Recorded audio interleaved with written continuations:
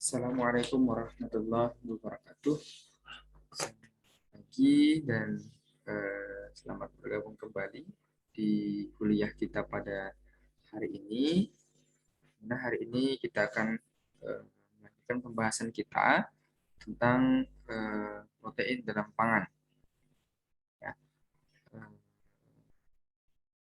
Setelah sebelumnya kita membahas tentang karbohidrat, ya, dan air.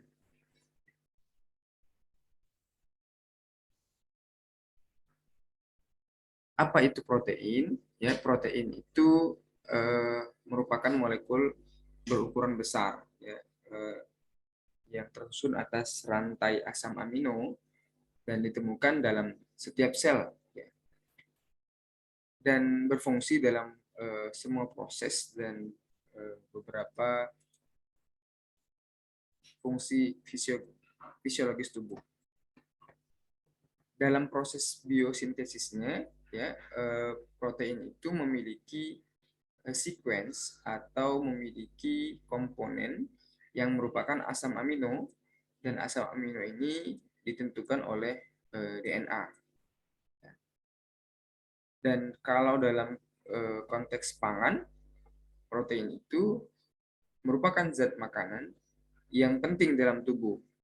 Ya, selain dia bisa digunakan sebagai bahan bakar karena nilai kalorinya yang relatif tinggi, tetapi juga dia berfungsi sebagai zat pembangun dan juga zat pengatur. Ya. Nah, karena dia tersusun dari asam amino, maka komposisi atomnya tergantung oleh asam amino, di mana asam amino itu tersusun atas C, H, O, dan N. Ya, umumnya, ya, walaupun ada beberapa nanti yang mengandung atom yang lainnya, tetapi secara umum dia memiliki 4 unsur ini. Nah, sebagaimana tadi disampaikan bahwa protein itu tersusun atas asam amino. Jadi, dia merupakan gabungan dari asam-asam amino yang membentuk satu molekul besar, yaitu adalah protein. Nah, asam amino sendiri, sebagaimana kita ketahui, merupakan gabungan dari dua gugus fungsi. Yang pertama adalah asam, dan yang kedua adalah amino. Jadi, kalau kita lihat dari strukturnya, ada gugus asamnya di sini, ya, yaitu adalah COOH yang merupakan asam karboksilat, dan ada gugus amin, yaitu adalah NH2.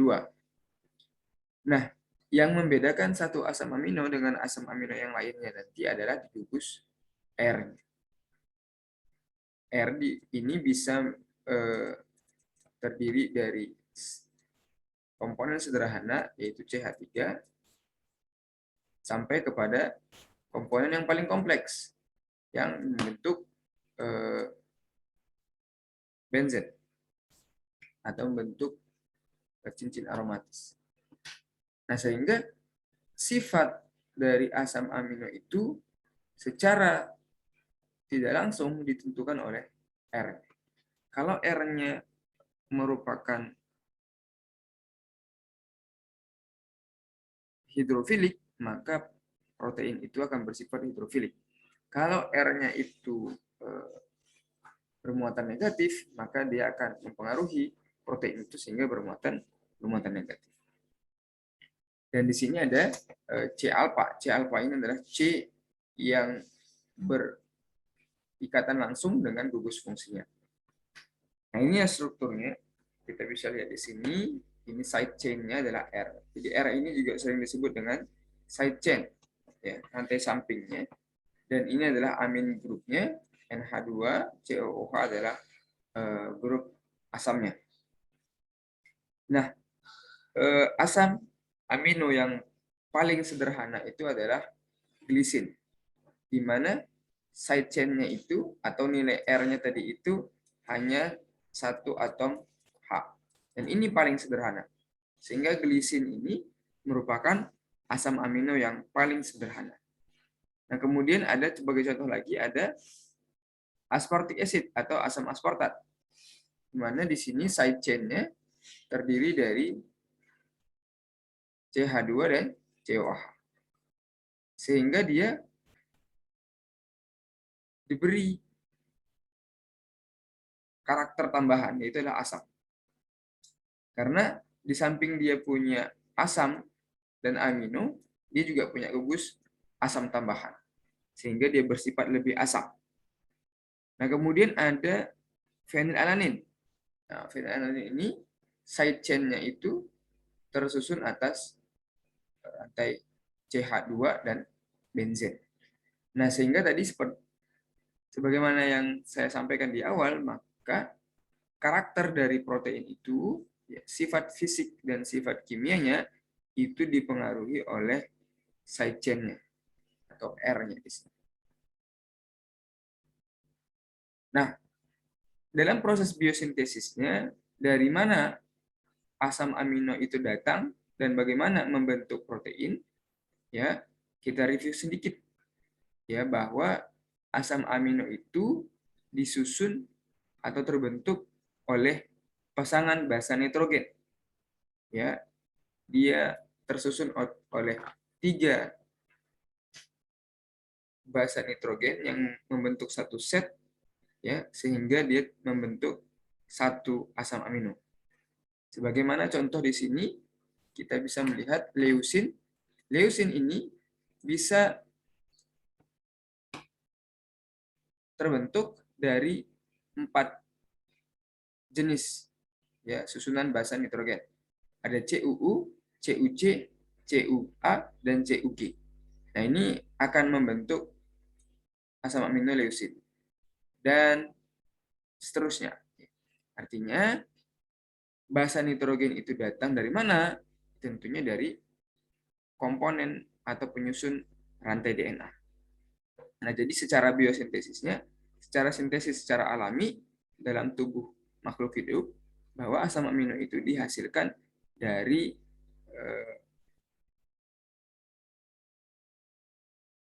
rantai DNA yang membentuk mRNA dan ditranslasi menjadi satu protein.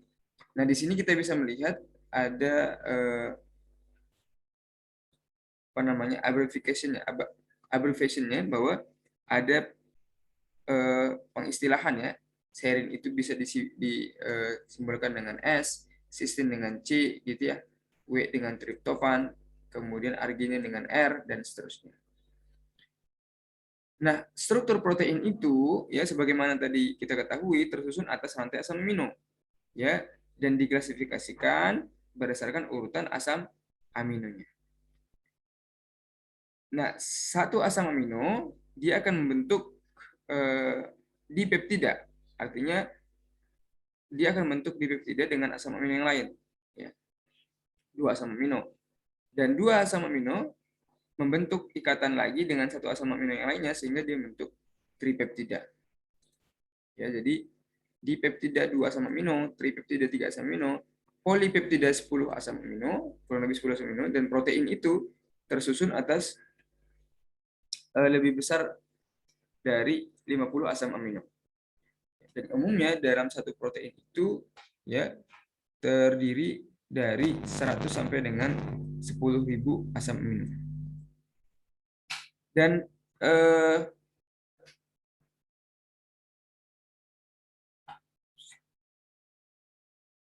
rantainya, ya, rantai dari protein itu tersusun oleh DNA yang spesifik, ya. Sebagaimana kita ketahui, DNA itu merupakan hereditary atau warisan dari induknya. Tadi sudah bahwa asam amino terdiri dari karbon, hidrogen, oksigen, dan nitrogen. Kemudian, nah, perbedaannya antara lipid, karbohidrat, dan protein. Karbohidrat itu juga merupakan polisakarida, ya, karena dia tersusun oleh monosakarida sehingga dia membentuk rantai polimer yang disebut dengan polisakarida.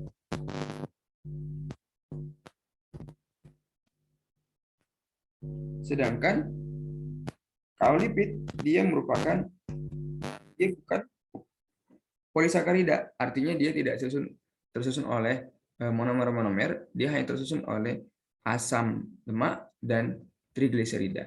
Yang kemudian kalau protein termasuk dari kelompok poli, yaitu polimer yang tersusun dari asam amino.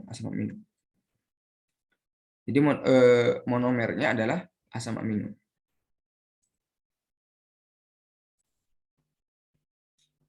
Oke, selanjutnya ikatan peptida. Jadi bagaimana satu asam amino membentuk dua asam amino dan seterusnya sampai membentuk poli asam amino. Ya, dimulai dari pembentukan ikatan peptida. Jadi satu asam amino akan bereaksi ya membentuk ikatan peptida dengan asam amino yang lainnya. Dengan menggunakan dua gugus fungsi tadi. Jadi gugus fungsi asam dari asam amino pertama dan gugus fungsi basa atau gugus fungsi amino dari asam amino kedua, kemudian mereka bereaksi ya membentuk proses kondensasi pengembunan dan bisa terurai kembali melalui proses hidrolisis atau pemecahan oleh air. Nah, kita bisa melihat di sini ini adalah reaksi kondensasi atau reaksi pembentukan ikatan peptida. Dua asam amino, ya dua asam amino pertama dan asam amino kedua, ya dari gugus fungsi COOH-nya berinteraksi dengan gugus fungsi NH2. Nah, gugus fungsi COOH yang dari asam amino pertama, dia akan mendonorkan OH-. Nah, sedangkan NH2 dari asam amino kedua akan mendonorkan H+-nya. Sehingga ketika ini bereaksi, dia akan melepaskan satu molekul air. Ya, satu molekul air. Nah, selanjutnya dari CO yang telah melepaskan satu molekul OH tadi akan berikatan langsung dengan N dari asam amino kedua. Sehingga rantai ini atau ikatan ini disebut dengan ikatan peptida atau peptide bond. Nah, satu ikatan peptida akan melepaskan satu molekul air. Satu ikatan peptida akan melepaskan satu molekul air dan membutuhkan dua asam amino. Dan seterusnya. Berarti kalau 3 peptida, ikatan peptidanya, maka dia terdiri dari 4 asam amino dan membentuk 3 atau melepaskan 3 molekul air. Nah, sebaliknya, kalau tadi ketika dia membentuk atau bersatu itu melepaskan molekul air, sehingga ketika kedatangan air atau ditambahkan dengan air, ya, maka dia akan mengalami proses hidrolisis. Dan dia akan memecah menjadi asam amino lain. Jadi sederhananya, proses pemecahan asam amino atau proses pemecahan protein dalam tubuh kita itu membutuhkan molekul air. Nah, dari asam amino tadi kita bisa mengklasifikasikannya, ada yang esensial, ada non esensial, dan ada yang kondisional. Nah, esensial itu artinya apa? Harus dikonsumsi karena tidak bisa dibentuk atau tubuh kita tidak bisa menghasilkannya. Sehingga kita perlu intake, kita perlu mendatangkannya, kita perlu mengkonsumsinya dari luar. Nah, sedangkan kalau yang non esensial dia dapat disintesis. Ya, artinya dia tidak perlu ya kita tambahkan. Artinya sudah tercukupi dari dalam tubuh kita. Nah, sedangkan kalau conditional essential artinya tidak dapat disintesis ketika dalam kondisi tertentu, ya seperti misalnya dalam keadaan sakit ya. Kalau kita sakit maka kita tidak bisa menghasilkannya, atau kondisional lainnya seperti kekurangan prekursornya. Sehingga karena tidak bisa disintesis, ya maka kita harus menambahkan atau memakan asam amino. Seperti misalnya sakit ya. Makanya ketika kita sakit itu kita butuh tambahan suplemen. Ya, termasuklah di dalamnya suplemen asam amino supaya mencukupi kebutuhan asam amino kita yang tidak bisa diproduksi dalam tubuh kita. Ya, ini jenisnya.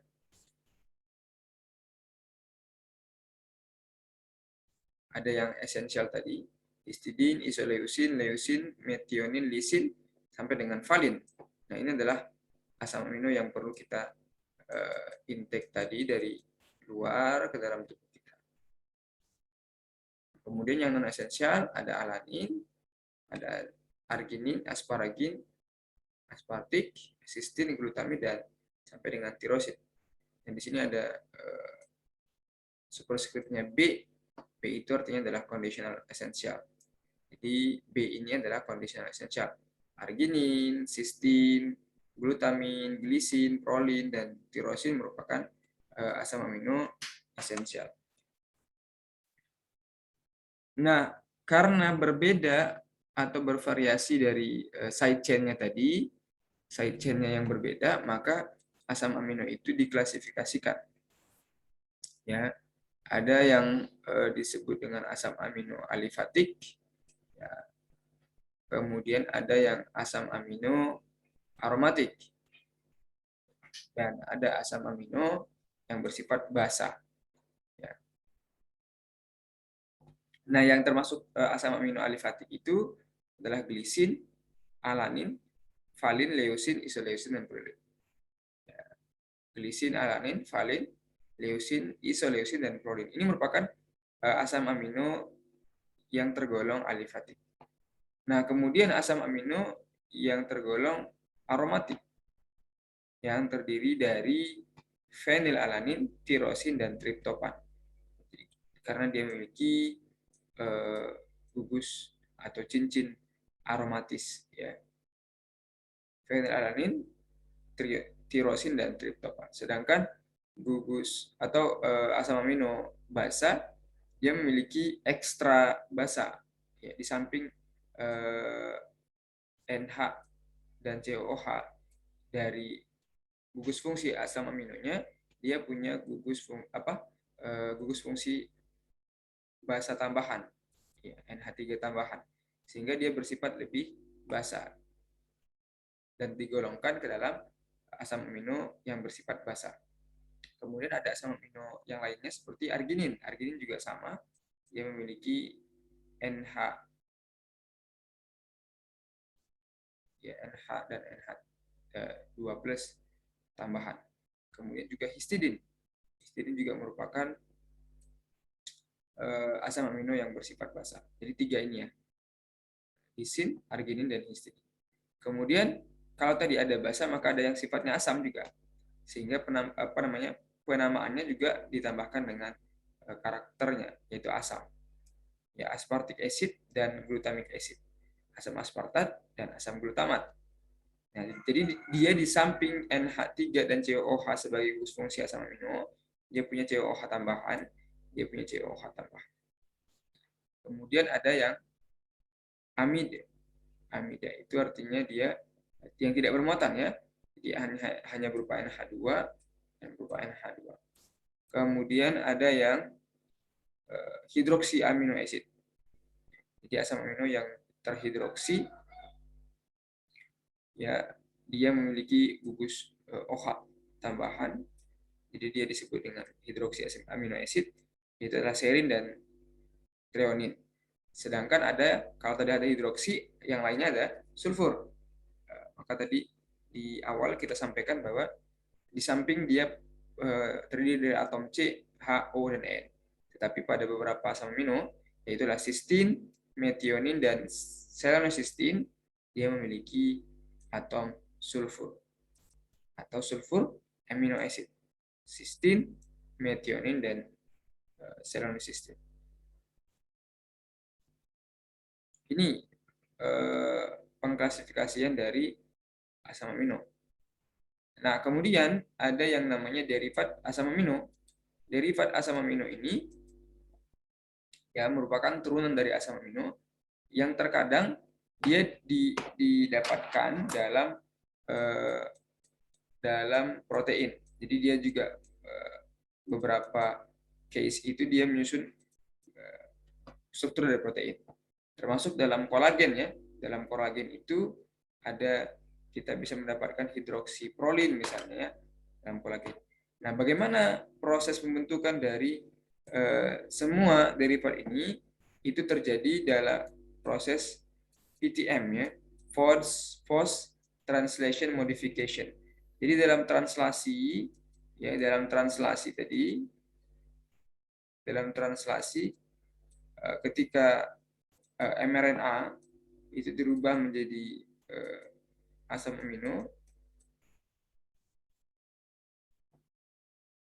ini ada namanya post translation modification. Jadi setelah translasi ada dia mengalami modified, ya, modified.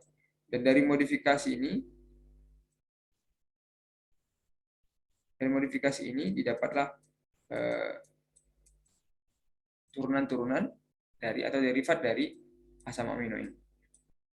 Ya, misalnya hidroksilisin, maka di sini ada penambahan atau modifikasi dengan penambahan gugus hidroksi pada lisin.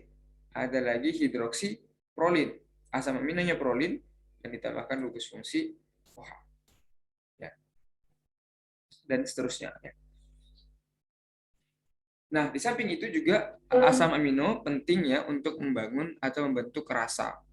Ya, asam amino ini bisa membentuk rasa manis, ya, pahit, asam, tawar, sangat manis, dan seterusnya. Ada glisin, ya dalam bentuk dextro ataupun levonya, dia bisa membentuk rasa manis. Kemudian ada alamin, juga menghasilkan rasa manis. Kemudian ada asam aspartat untuk rasa asam ya, sama juga dengan glutamat untuk rasa asam. Kemudian kalau lisin yang tadi basa itu manis ya, atau juga mengandung rasa pahit gitu ya. Ada sistin ya, manis, pahit ataupun asam. Kemudian ada prolin ya, ada triptofan, ada histidin ya, jadi asam amino yang membentuk rasa. Struktur dari protein itu seperti apa ya? Ada 4 levelnya, ada primer, sekunder, tersier, dan kuartener ya. Jadi perubahan-perubahan dalam struktur protein itu ya akan merubah ya, bentuk dan fungsinya ya. Kalau primer yang merupakan dia polipeptida ya juga ya. Dia merupakan susunan atau urutan dari asam amino ya dari protein yang menyusunnya. Nah, kemudian membentuk ikatan kovalen, ikatan peptida antara asam amino. Dan kemudian kita bisa melihat ya sederhananya seperti manik-manik ya. Jadi bulatan-bulatan ini adalah asam amino. Kemudian mereka membentuk rantai polimer polipeptida. Nah, sedangkan kalau secondary itu dia sudah membentuk apa namanya pola yang berbeda. Jadi tidak sesederhana primer tadi. Dia ada yang sudah berbentuk alpha helix, ada yang sudah berbentuk beta sheet, dan ada yang bentuk coil ya. Sedang kalau yang tertiary ini merupakan struktur dalam bentuk 3 dimensi, ya, the polypeptide, ya, polipeptida tadi, dan koilnya itu membentuk 3D shape, ya. Kemudian dia akan menghasilkan interaksi-interaksi antara side chain, ya, yang membentuk ikatan hidrogen, kemudian ikatan disulfida atau jembatan disulfida, kemudian ikatan ionik, baik itu hidrofilik ataupun hidrofobik interaksi. Nah, struktur ketiga ini atau tertiary struktur ini sangat berfungsi, gitu ya, berfungsi terutama ketika dia sebagai protein fungsional atau protein yang berfungsi dalam tubuh dalam konteks non nutrisi, ya, tidak sebagai nutrisi tetapi fungsional seperti misalnya enzim ataupun dia sebagai hormon. Kemudian ada yang namanya quaternary. Quaternary ini gabungan dari ketiga-tiganya ini. Jadi dia interaksi antara multiple polypeptide. Jadi tidak hanya satu polipeptida, tetapi dia berinteraksi dengan polipeptida lainnya sehingga disebut dengan quaternary. Nah, ini highlight strukturnya. Ini adalah spatial arrangement, ya, susunan dari polipeptida yang berupa alpha helix. Jadi dia merupakan lingkaran-lingkaran helix-helix. Sedangkan kalau kita tarik misalnya sebagai ada titik tengahnya, maka dia akan mengitari, ya, titik tengah itu sehingga dia bentuk helix. Sedangkan kalau dia beta sheet tadi, ya, paralel dan antiparalel beta sheet seperti kita lihat di sini, ya, hanya susunannya saja yang relatif berbeda, ya. Dari sini adalah CN dan di sini adalah NC. Kalau dia paralel berarti dia searah, CN, CN. Jadi dia membentuk lembaran-lembaran yang berbeda dengan alpha helix. Nah, kemudian dalam konteks makanan, gitu ya, dalam konteks makanan protein itu bisa mengalami denaturasi. Denaturasi itu artinya kerusakan strukturnya yang diakibatkan oleh panas yang ekstrim, keasaman yang ekstrim, basa, garam, ataupun juga faktor mekanis. Nah, struktur primer tidak berubah, tetapi yang berubah itu adalah struktur sekunder, ya, tersier, dan kuarter. Nah, ini yang berubah. Nah, sehingga kalau dalam konteks dia protein untuk makanan, itu nggak masalah. Artinya dia tetap mengandung asam amino, ya. Walaupun dia rusak strukturnya, dia tetap punya asam amino. Tetapi dalam konteks dia sebagai fungsional, ya, tadi seperti yang kita sampaikan tadi, misalnya sebagai enzim, nah, ini dibolehkan, ini tidak bisa. Kenapa? Karena kalau dia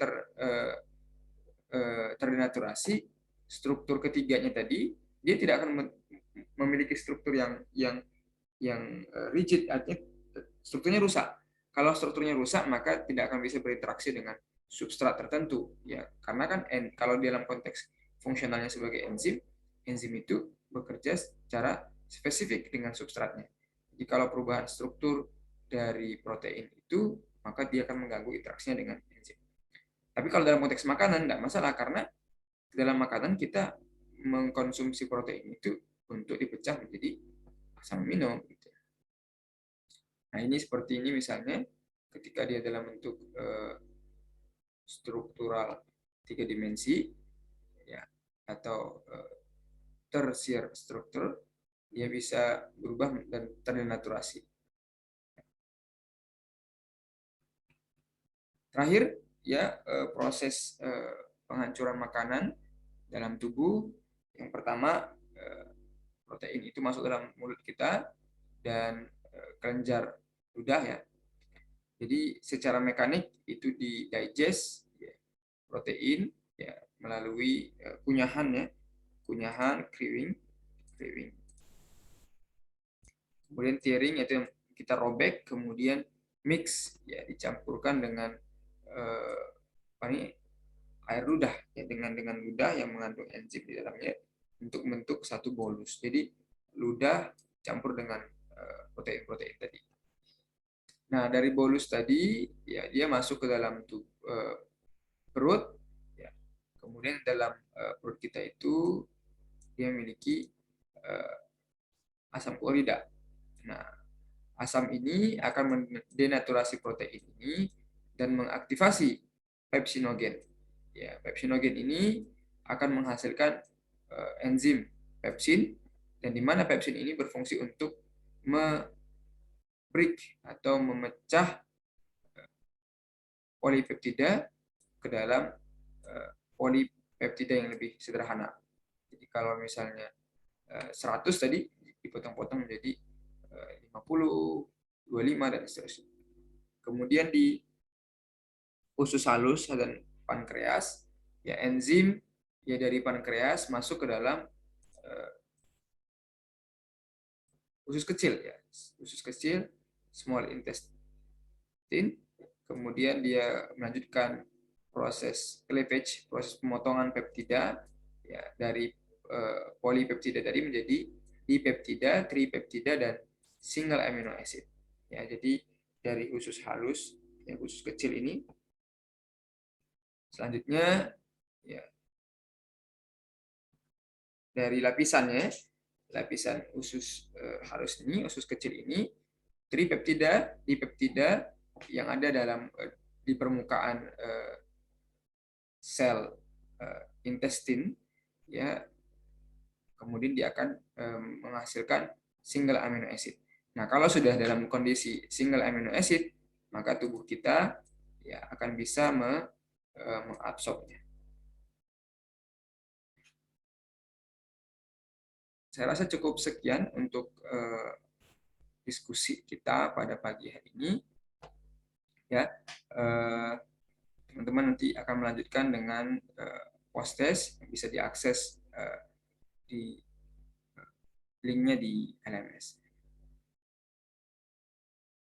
Selamat melanjutkan aktivitasnya, dan kita akan bisa melanjutkan diskusi di forum diskusi, dan kita akan melanjutkan minggu depan tentang bagaimana proses metabolisme dan bagaimana cara pengukuran dari protein dan asam amino. Selamat pagi. Assalamualaikum warahmatullahi wabarakatuh.